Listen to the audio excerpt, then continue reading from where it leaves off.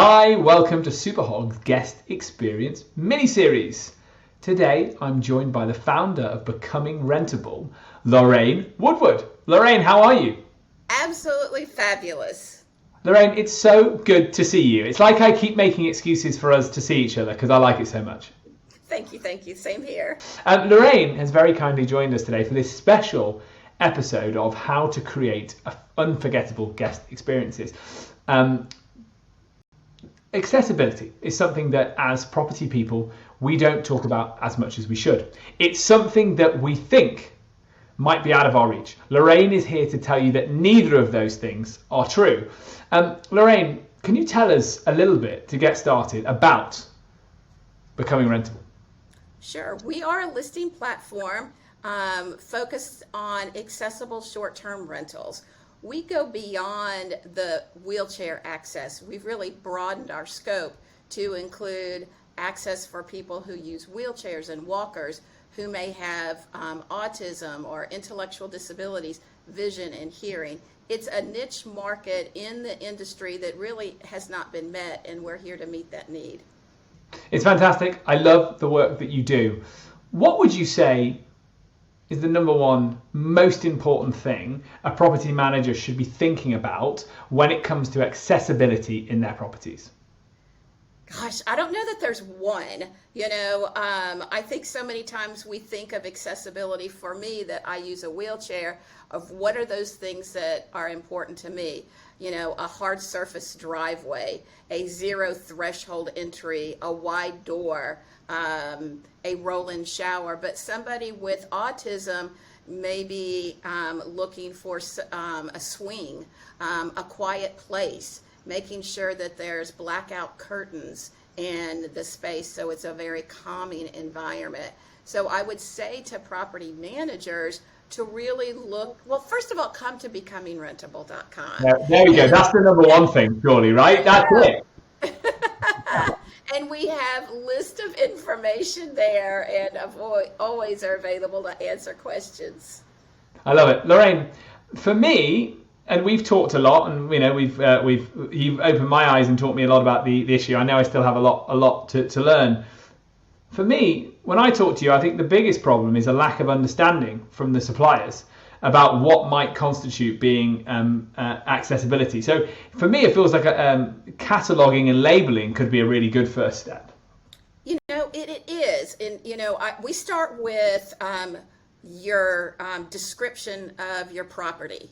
So if you have a wheelchair accessible property, say that in your headline so that people can immediately be drawn to that headline or that property name, making sure that you include that information in your description. It's something free that you can do, and it allows that prospective renter to confirm that you are meeting what their needs are. And that's one of the things that we continually educate folks is what's accessible to me may not be accessible to you.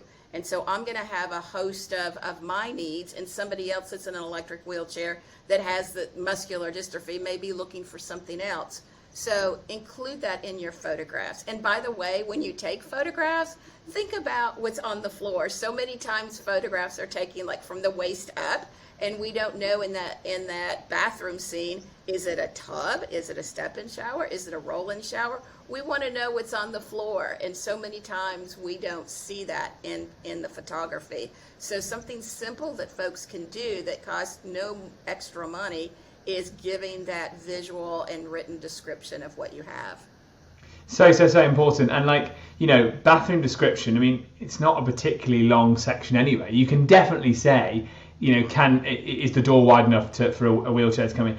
Is there a shower, a step-in shower? Is it a bath? Is there a seat? Get your descriptions up there, guys. It's really doable.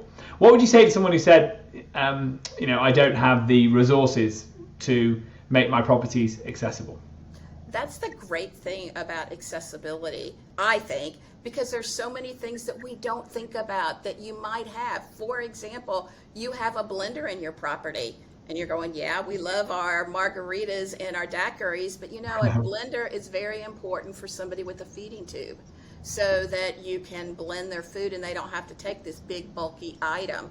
Let's say that you have under-counter lights. Well, that's important for somebody that's visually impaired so that they can have that task lighting.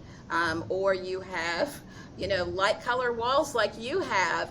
That's very common for calming for people with autism. So there's a lot of features that you can add that don't cost any money, and then there are others that may cost a little money, such as an alarm that vibrates when the alarm goes off to wake somebody up who is deaf or hard of hearing. And that item's less than $50, but it's an important tool for somebody who is hearing impaired or deaf. And that's a very small investment, but clearly something that's going to make your property more rentable.